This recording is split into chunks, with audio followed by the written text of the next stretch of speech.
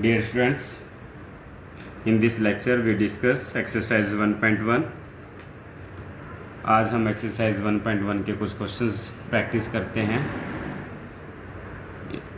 आपने इसमें पढ़ा था कि two forces P and Q acting at a point, then what be the resultant here. तो R be the resultant which is equal to R is equal to root of P square plus Q square plus 2PQ cos alpha. And what will be the direction of the resultant? Tangent theta is equal to Q sin alpha by P plus Q cos alpha. Okay, so now we start here. Question number first here. Two forces of magnitude 8 Newton and 6 Newton act at a point. एक point पर बच्चों दो forces act कर रहे हैं, एक 8 Newton है और एक 6 न्यूटन है। मान लेते हैं ये आपके पास पॉइंट है, इस डायरेक्शन में मान लेते हैं कि 8 न्यूटन फोर्स एक्ट कर रहा है। इस डायरेक्शन में जो फोर्स एक्ट कर रहा है बच्चों, उसका नाम उसकी वैल्यू क्या है, 6 Newton. To forces of magnitude 8 newton and 6 Newton act at a point and the angle between them is, उनके बीच का जो एंगल है वो क्या दे रखा है, 60 degree. Find the magnitude and direction of their resultant. ये मान लेते हैं कि आपने पढ़ा था by parallelogram law of forces, if two forces acting along the adjacent side of a parallelogram then their resultant R is along the diagonal of the parallelogram. Okay, ये आपको पता है कि R हमारे पास रिजल्टेंट है। हमें इस रिजल्टेंट का क्या निकालना है, इसका मैग्नीट्यूड निकालना है और इसकी डायरेक्शन बतानी है कि इसकी डायरेक्शन क्या होगी। What will be the magnitude and direction of the resultant. Clear students? तो let R be the resultant of two forces of magnitude 8 newton and 6 newton acting at a point O। मान लेते हैं कि वो किस point पर act कर रहे हैं, O पॉइंट पर 8 न्यूटन और 6 न्यूटन फोर्स एक्ट कर रहे हैं और इनका जो रिजल्टेंट है बच्चों वो हमने क्या मान लिया, R मान लिया। Let Q be the angle, let theta be the angle which it make with the direction of force. ये जो रिजल्टेंट है बच्चों R, ये मान लेते हैं कि ये जो रिजल्टेंट R है ये 8 न्यूटन के साथ क्या एंगल बना रहा है, थीटा एंगल बना रहा है। क्लियर है?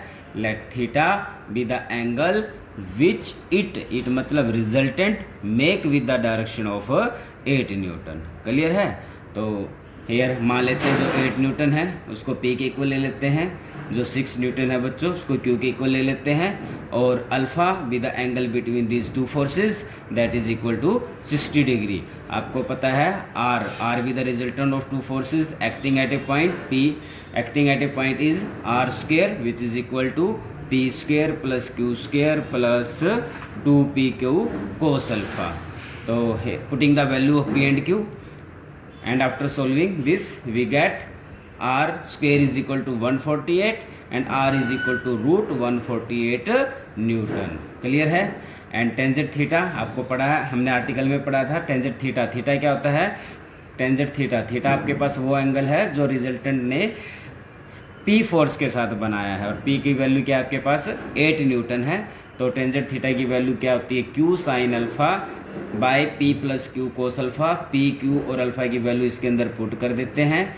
Q आपके पास 6 है, अल्फा आपके पास 60 डिग्री है, P आपके पास 8 है, Q आपके पास 6 है, अल्फा आपके पास 60 डिग्री है। After solving this we get tangent theta is equal to 3 root 13 by 11। तो this implies theta is equal to tangent inverse 3 root 3 by 11। Clear है बच्चों? बहुत आसान और सिंपल क्वेश्चन था।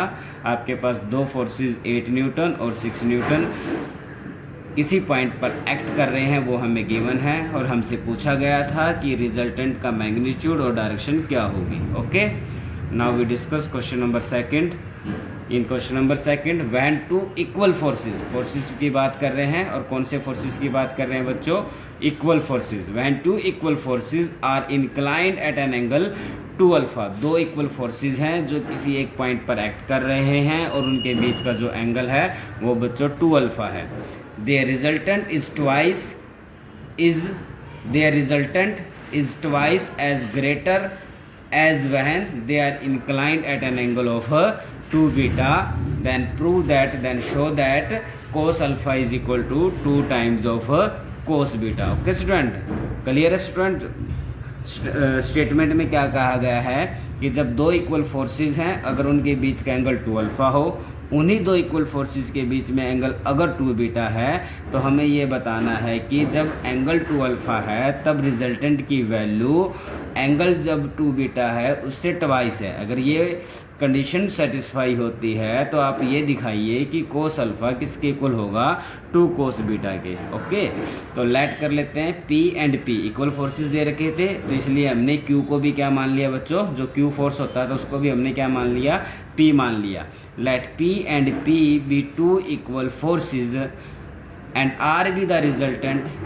R हमने क्या मान लिया बच्चों, उनका रिजल्टेंट कंसीडर कर लिया। कहने की बात यह है कि अगर ये पॉइंट O मान लिया जाए कि इस डायरेक्शन में फोर्स आपके पास क्या है, P न्यूटन लग रहा है, और इस डायरेक्शन में भी जो फोर्स है वो हमारे पास क्या है बच्चों, Q न्यूटन है, और उनके बीच का एंगल क्या है, अगर उनके बीच का एंगल 2 अल्फा है और R be the their resultant, और उनका जो रिजल्टेंट है वो हमारे पास क्या है, R है। Clear students? Let P and P be 2 equal forces and let R be the resultant when the forces are inclined at an angle 2 alpha. जब फोर्सेस के बीच में एंगल 2 अल्फा है तो उनका रिजल्टेंट क्या है आपके पास, 2 अल्फा, और ये जो Q है मतलब Q की भी वैल्यू आपके पास क्या है, P है, क्योंकि फोर्सेस आर इक्वल। तो इस सिचुएशन में बच्चों रिजल्टेंट क्या होगा, आर स्क्वायर होगा आपके पास P square plus Q square plus 2PQ cos alpha. Alpha alpha क्या होता है, alpha with the angle between this 2 forces, but अब की बार एंगल क्या है हमारे पास, 2 अल्फा है। तो P Q की वैल्यू भी क्या है, P, ये 2P, Q को भी P से रिप्लेस किया, cos 2 alpha, P square 2P square 2P square cos alpha, इन दोनों में से 2P स्क्वायर कॉमन ले लेते हैं, 1 plus cos 2 alpha, 2P square को सेम रख लेते हैं, 1 प्लस कोस अल्फा को क्या लिख सकते हैं बच्चों, 2 कोस स्क्वायर अल्फा, 2 कोस स्क्वायर अल्फा, और उसको फिर आगे ब्रेक करेंगे तो आपके पास क्या आ जाएगा बच्चों, 4P square cos square alpha. Clear है? आप इसको ऐसे भी समझ सकते हैं कि हमारे पास टर्म क्या आ चुकी है, 2P स्क्वायर इंटू में 1 प्लस कोस 2 अल्फा। इसको क्या लिखा जा सकता है, 2P स्क्वायर, और 1 प्लस कोस 2 अल्फा को क्या लिख सकते हैं, 2 कोस स्क्वायर अल्फा बाय 2। क्लियर है? 2 से 2 कैंसिल हो जाएगा और हमारे पास क्या आ जाएगा, 4P square cos square alpha. Clear है स्टूडेंट्स?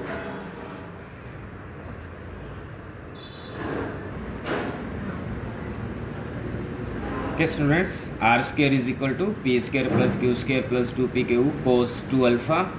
P स्क्वायर, Q को P से रिप्लेस कर दिया, 2P square PP 2P square cos 2 alpha, इन दोनों में से 2P स्क्वायर कॉमन आ जाएगा, 1 प्लस कोस 2 अल्फा बन जाएगा, तो 2P स्क्वायर और 1 प्लस कोस 2 अल्फा को क्या लिख सकते हैं, 2 कोस स्क्वायर अल्फा, तो ये बन जाएगा बच्चों 4P square cos square alpha. तो हेयर R इज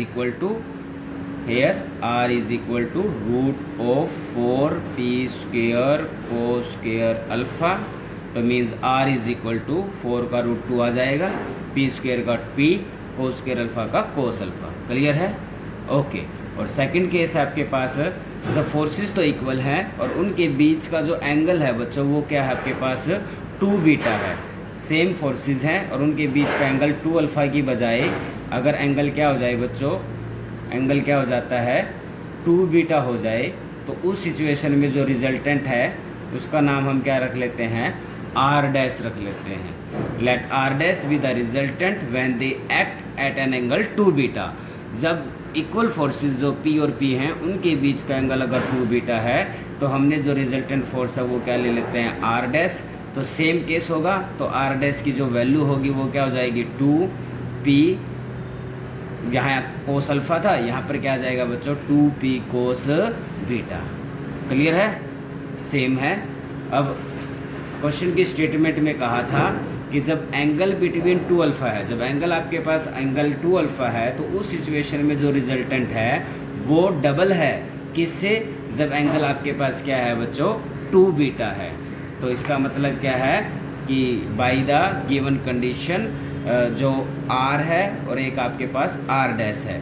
ये रिजल्टेंट कब है? जब एंगल उनके बीच का एंगल 2 अल्फ़ा है। और ये एंगल कब ये रिजल्टेंट कब है? जब दो इक्वल फोर्सेस के बीच का एंगल क्या है? 2 बीटा है।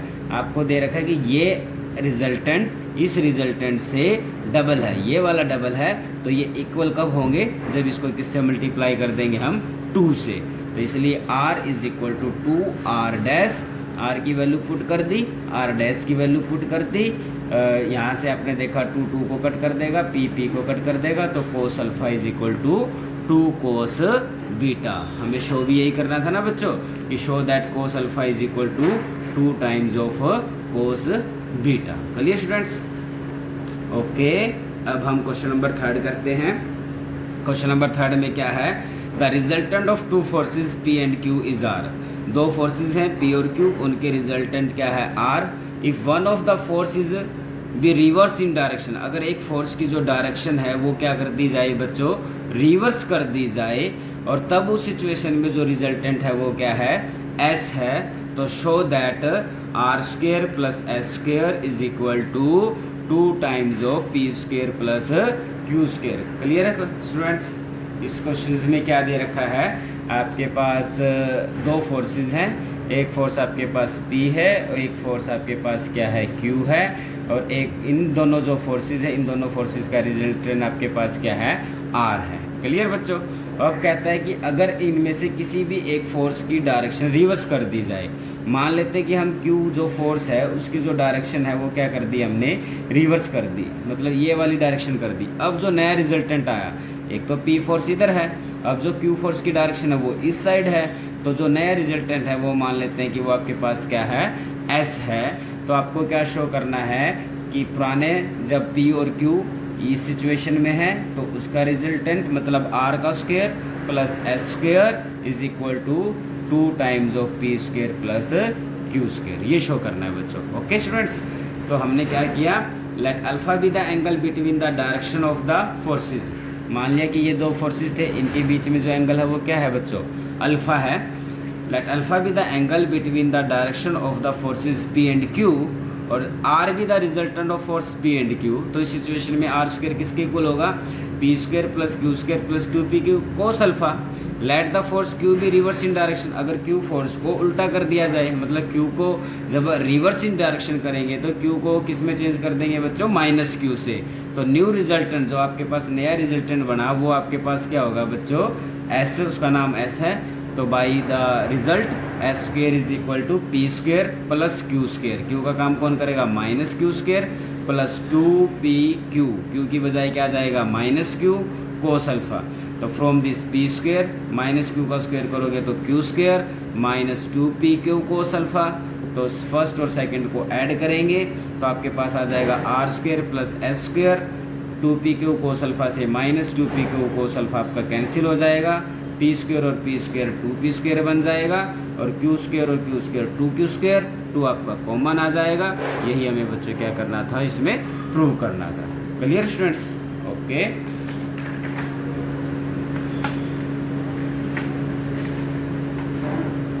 Now we discuss question number 4 here. In question number 4 2 forces act an angle 120 degree. 2 forces हैं जो एक दूसरे के साथ क्या बना रहे हैं? 120 डिग्री का एंगल बना रहे हैं। मान लेते हैं कि एक फोर्स आपके पास O पॉइंट पर एक्ट कर रहा है, फोर्स जो P है OA के अलोंग है। एक दूसरा जो फोर्स है वो मान लेते हैं कि OB के अलोंग है, और इन दोनों फोर्सेस के बीच में बच्चों जो एंगल है वो कितना दे रखा है? 120 डिग्री दे रखा है। 2 forces act at an angle 120 degree. The greater is represented by 80 kg। जो इनमें जो ग्रेटर फोर्स है बच्चों उसको किससे रिप्रेजेंट किया गया है? 80 kg वेट से रिप्रेजेंट किया गया है। अब ग्रेटर फोर्स आपका P के OA के अलोंग भी हो सकता है, OB के अलोंग भी हो सकता है, आपकी मर्जी है। आप OA के अलोंग भी ले सकते हैं, OB के अलोंग भी ले सकते हैं। ठीक है, हम OB के अलोंग मान लेते हैं कि जो ग्रेटर फोर्स है वो OB के अलोंग है जो 80 kg वेट है, and the resultant is at right angle to the lesser. इन दोनों का जो रिजल्टेंट है बच्चों वो आप ये मान लेते हैं कि R भी द रिजल्टेंट जो इसने कहा है कि जो रिजल्टेंट है वो जो लेसर फोर्स है उसके साथ 90 डिग्री का एंगल बना रहा है। तो यहाँ पर एंगल क्या बन जाएगा आपके पास, 90 डिग्री का एंगल बन जाता है। क्लियर है स्टूडेंट्स?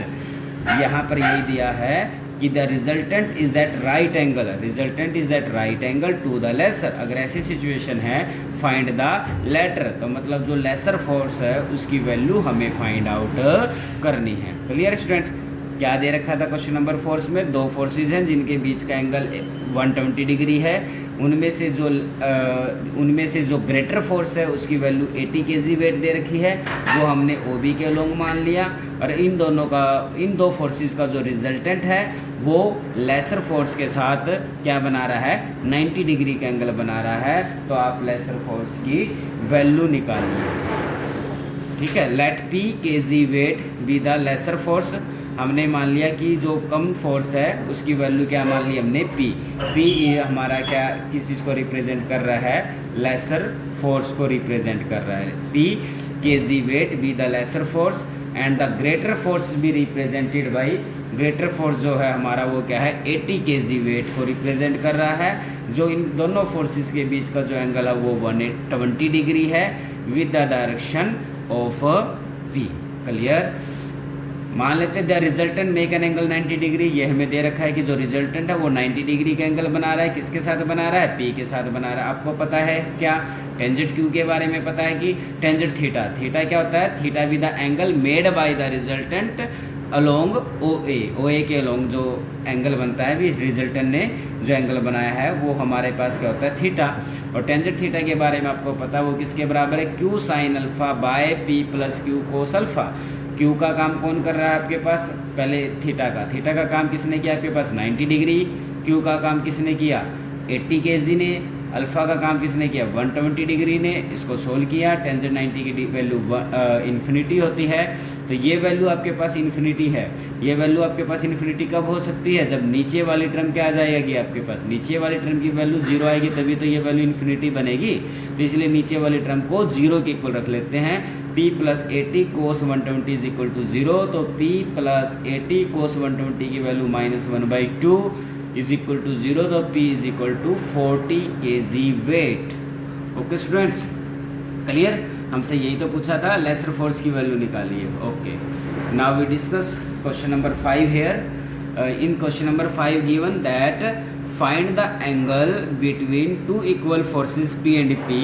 दो इक्वल फोर्सेस हैं P and P when the square of their resultant is equal to 2 minus √3 times their product. Okay, square of their resultant, अगर R उनका रिजल्टेंट है तो रिजल्टेंट का जो स्क्वायर है वो इक्वल है 2 माइनस √3 टाइम्स देयर प्रोडक्ट, मतलब P इंटू P। ये कंडीशन अगर हमारे पास दे रखी हो तो हमें ये बताना है कि उन इक्वल फोर्सेस के बीच में एंगल क्या है, क्या एंगल इन पे इम्प्लीमेंट हुआ है। Let R be the resultant of two equal forces. दो फोर्सेस अगर आपके पास हैं और R अगर उनके पास रिजल्टेंट है तो आपको पता है कि R be the resultant be two equal forces क्या वैल्यू होती है। आपने एक आर्टिकल भी पढ़ा था जब कोरोलरी पढ़ी थी कि जब टू इक्वल फोर्सेस एक्ट करते हैं, जब फोर्सेस इक्वल हैं तो रिजल्टेंट की वैल्यू क्या होती है, 2P cos alpha by 2। Clear है स्टूडेंट्स?